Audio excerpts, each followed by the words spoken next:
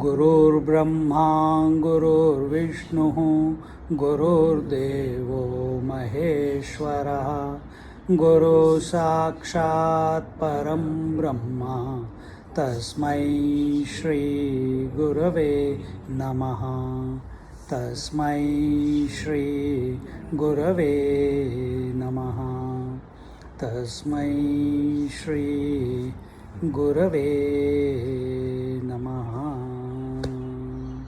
Vegan is vegetarianism, isn't it? Vegan, no milk, Dairy products. no dairy products. I'll just take it from being vegetarian, that angle. So what is being vegetarian? Not eating meat? Ahimsa. Ahimsa, isn't it? Yeah, we'll just discuss. There's no talk as such. So when we become aware of non-violence, yesterday she had a spider in her bathroom. Lucky I was there. Today or yesterday? Yes. Yesterday. So big one, itna bada. Ram. And Dada, spider. I said, if I was not there, what you would have done? There's something, but because someone is No, there, it would not have come. so I took it, and I didn't want to kill it. Yeah. So you throw it out. If it was Chinese, they would have cooked it and made a dish out of it. You know. But what is? I'm not talking from food point of view. See, what is annam? What is food? Anything that nourishes your body. Yeah. See, so what nourishes your body?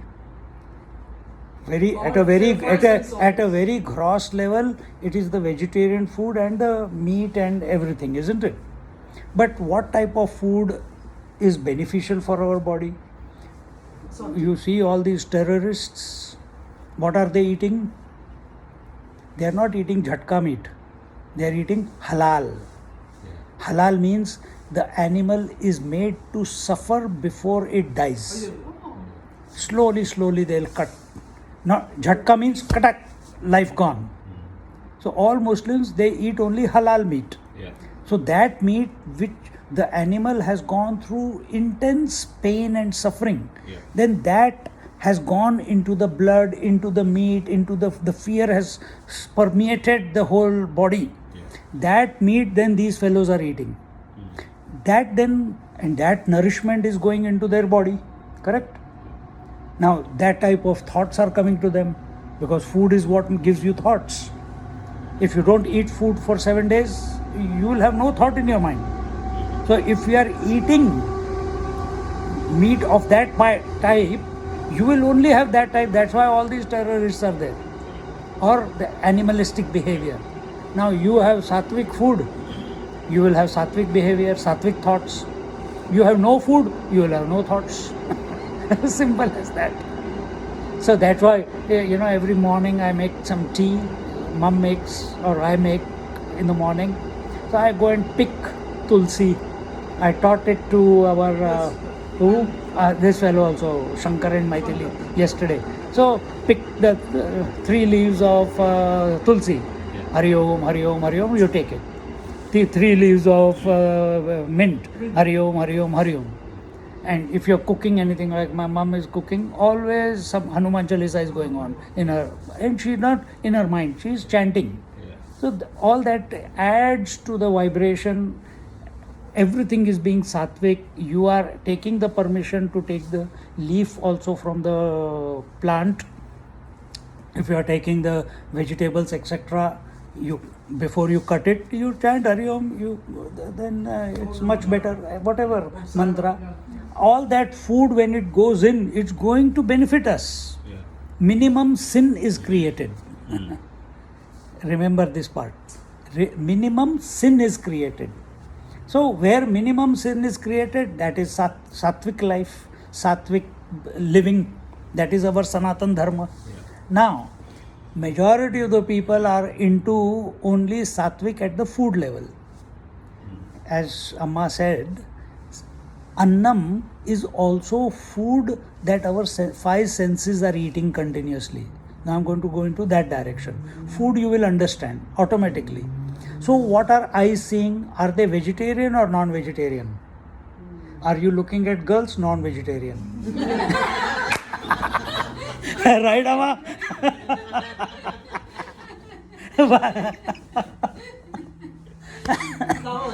Don't worry, I was also your age one day, okay?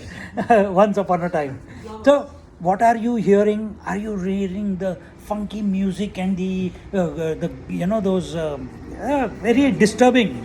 Carnatic word. So, Carnatic is good, but Carnatic is also Karkash. But if a Carnatic music fellow is chanting from the heart, then he will not be fixated on the tone. He will be fixated on the feeling, on the bhav. That is important. Otherwise, majority of the performances that I have gone to, it is more mechanical, more perfectionism rather than the bhav. And wherever there is a bhav, you know this person is different. This person is different.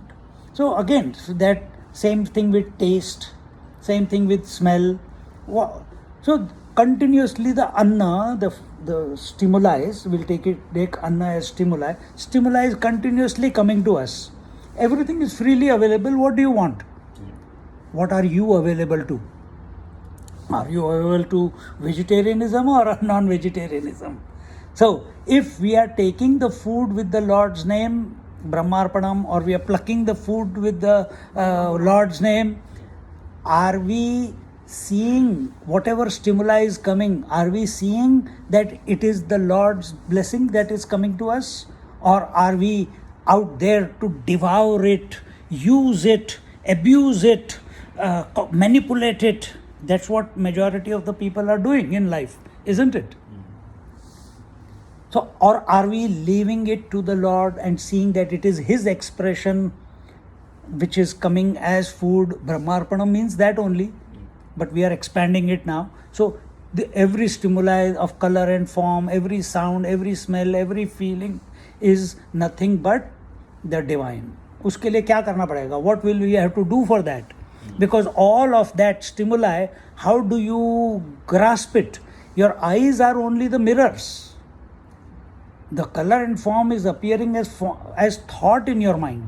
The smell is, nose doesn't have a purpose. Nose doesn't have a purpose. It doesn't smell for itself. Ears don't have a purpose. They don't listen to the sound for themselves. There is someone else inside for whom the sound is, the color and form is, the smell is, the touch is, etc., etc. Who is that? And how does he receive it? He receives it as a thought. Now, when that thought is, when your whole disposition is that this stimuli which are coming from outside, the one who's functioning through the five senses, through the mind, his disposition is all this is God, all this is divine, then divine is coming to me. Wherever there is divine coming to me, what will be your disposition towards the divine? When you go to a temple, what is your disposition? Sorry. Your disposition is, have you ever been to the temple in your night dress? Have you? Never. You take shower, you make yourself look beautiful, you want to go there in the best of your form, isn't it? You feel prasanna with yourself, but more so, you do it for the Lord because you are going to visit the Lord. Understand? Are we preparing that way every morning when we get up? That is our Sanatan Dharma. We do our Nitya Karma, etc. But this should be the attitude behind that. Now I am going to meet the Lord, which is the universe. I have to be at my best. That interaction is being zip filed in the temple that when I go to temple, I am meeting Lord. But here is the Brahma. This is the Ishvara expressing as the entire world.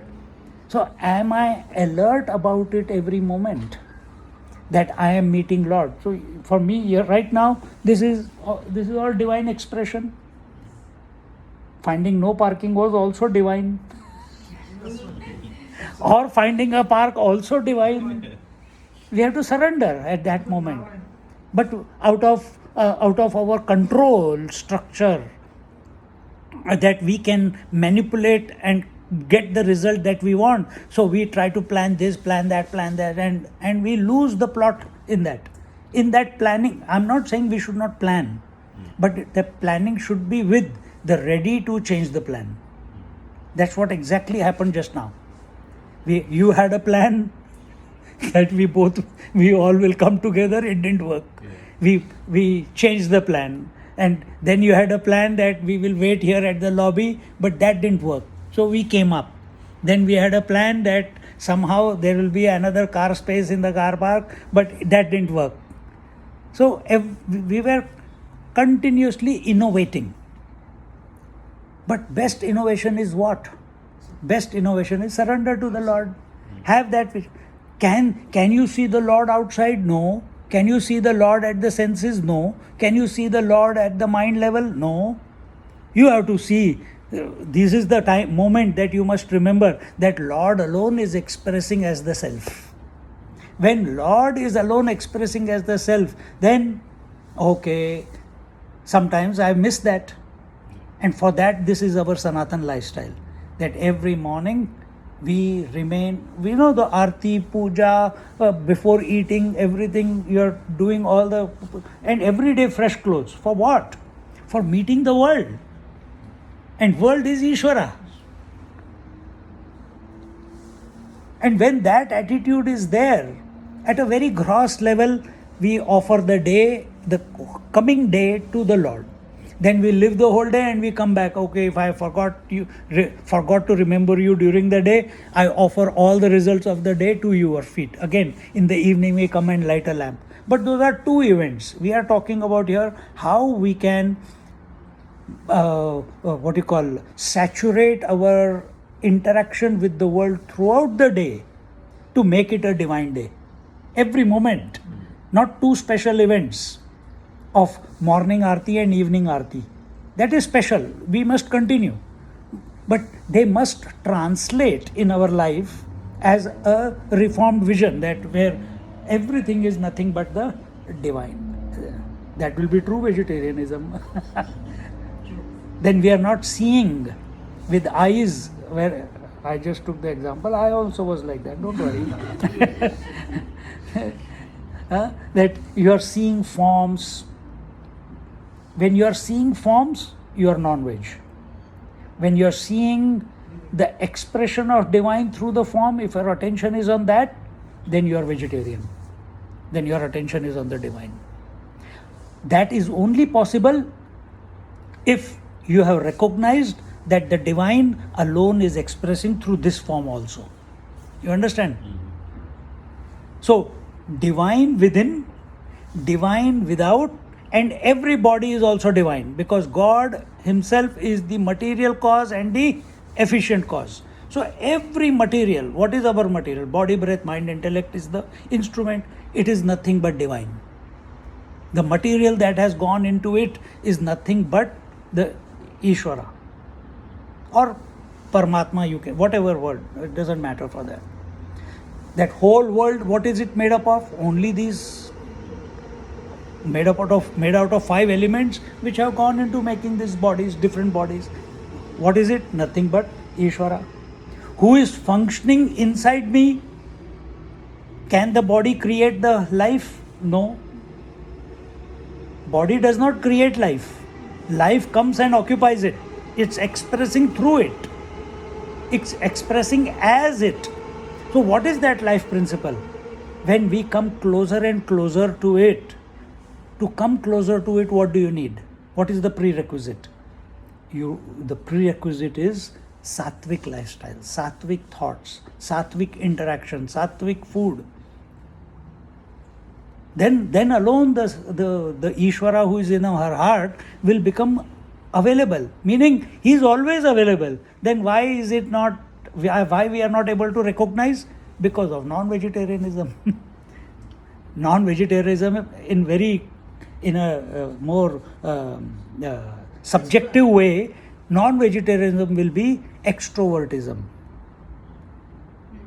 Extrovertism is non-vegetarianism.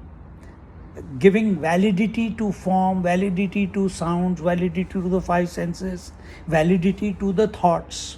This will be non-vegetarian because now we are depending on food from outside in order to nourish. I'm taking you to the next level now. And what is true? We are nourished by, self is nourished by the self. Self doesn't need outside food to nourish it. I have come across, I don't know if you have come across anyone, I have come across 2-3 Mahatmas. The last one I met was in 2018. She was in Pune. And she, mother of 3 kids, 3 sons, and she had some debilitating disease, something. And she was at the hospital, the operation was going to happen. Doctors had diagnosed that this is the problem and there's no other way but operation. And she's lying on the bed, and she was, Akkalkot Maharaj? Yes. She was devotee of Akkalkot Maharaj. And she called out, Swami Samartha Vatsva, save me.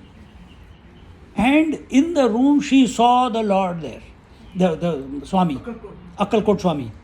And he just did that. His normal mudra is, don't worry, I am behind you. And when he did that, she saw in whatever form she was in, she felt a ray of light come out and touch her finger. Next morning, there was no sign of the disease. From that day, she stopped eating food. She stopped eating food. Till today, she is surviving. She lives only on water. Now it's almost 25 years. Only on water. So this idea that we need to eat food to nourish our body, it's only at the mental level. Jnaneshwar Maharaj is sitting in Alandi, 40 feet below. 21-year-old, took Samadhi, Sanjeevani Samadhi. 300 years later, Eknath Maharaj was born. You have heard of Eknath Maharaj? Yes. Eknath Maharaj had accepted Jnaneshwar Maharaj as his guru. He has never seen him.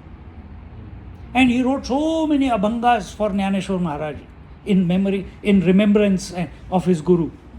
One day, Jnaneshwar Maharaj came into his dream and he said, I am here and here under this tree by the Indrayani river. The root of the tree is coming and choking me. Come here and help me out. 300 years later, that Jnaneshwar Maharaj is still sitting healthily under the tree. These are the writings of Eknath Maharaj 300 years after Jnaneshwar Maharaj has taken Sanjeevani Samadhi. He cuts everything and he says, oh, I found my guru again. He wrote a abhang, Mala Maje Guru Milale, something like that. And if you are taking me to be guru, I am telling you, you are not going to tell anyone else. He says, no, I am going to build a temple. Then he says, okay, he had to give in. But you close me back in again, and now on the top, then the temple was built. So how did he survive for 300 years? How did he survive for 300 years? In Nepal, one lady was there. She also, mother of few children, not 1 or 2, few children. I met her in my first trip to Kailash. She was living in one dharmshala, left her family. She's sitting there when I met her, she was there for 35 years. And she has a small Shivaling there. And every Shivaratri, she does not eat. Does not eat food. Only on Shivaratri day, she drinks water very rarely. From Pashupatinath, the prasad comes, she will take only this much and put it into her mouth. Over 35 years, that became a stone. Then she had to melt it away through some medicine and all that. But no food. See?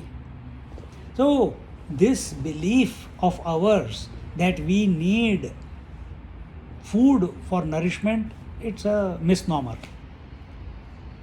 So, do we need stimuli from outside to be alive?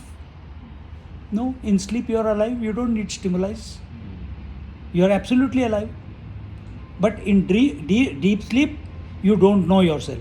In samadhi, no stimuli are there. You are with yourself. No stimuli. Your consciousness has completely come back to itself, but it is still witnessing. What is it witnessing? Nothing. But no stimuli, and nothingness, absence, emptiness cannot be a stimuli. It is not an object. So there are many people who are living like that in Himalayas. If you read Gondavlekar Maharaj, you have heard of Gondavlekar Maharaj? He is a saint from. So Gondavlekar Maharaj was there in the 17th century, 18th century. Married 2 times. His mother got him married. But a saint. And he was going in Naimisharanya in Lucknow, near Lucknow. And one of his devotees said, Swami said, I am going away. He said, you told me you are going to take me to Naimisharanya. Why did you not take me? I am also coming also. He said, okay, come. And he went, and there was a hill there. And he just walked into the hill, because for him, gross, subtle, causal is all one. Everything is the self alone, divine alone. He just walked in. The devotee who was outside in the jungle, he started screaming, oh Swami, Swami, don't leave me alone. Snakes will come, tiger will come, this will come. He came out. He touched him in the third eye. Come, follow me. They went in. Inside, there's a huge cave. And one being is sitting in meditation. He's almost 7 feet tall. Jnaneshwar Maharaj is not Jnaneshwar, Gondavlekar Maharaj is a short fellow. So he said, shook him. Because that was Gondavlekar Maharaj, he was a Ram Bhakt. So he is doing service to that person. So he went and shook. He is totally locked in position. Like someone is sleeping, you try to shake them, they don't respond sometimes. Not majority times, they won't respond. Maximum response will be, they will just turn away and go back to, they don't realize who someone is shaking, but something at subconscious, deep subconscious, they turn and then they go to sleep again. But here, he is not even responding. He is stone-like. So this fellow says, Swami, he is not listening. Who is he? And all jatas coming all the way down, this way till here. And the Gondavlekar says, you keep quiet. It is between me and him. So he sat down and mentally disturbed his mind. Through concentration, this is Sankalpa Shakti, through Sankalpa Shakti, he disturbed the mind of that yogi who was sitting there in meditation. He woke up, opened his eyes. I can smell humans. First thing. He was not smelling Gondavlekar Maharaj, he was smelling the other fellow. Because for so long he has been sitting there. Mahatmas, they don't have any fragrance in that man. Ours is because of our bad thoughts, negative thoughts, positive thoughts, worldly thoughts. It's a different body smell that gets emanated. So he says he is with me. Second question. Has Ram taken birth? This is documented. If you read, just like you read Sai Poti, if you read Gondavlekar Maharaj's biography, it is there. So he says, has Shri Ram taken birth? Gondavlekar Maharaj says, he took birth in Treta Yuga. This is Kali Yuga going on. He says, again I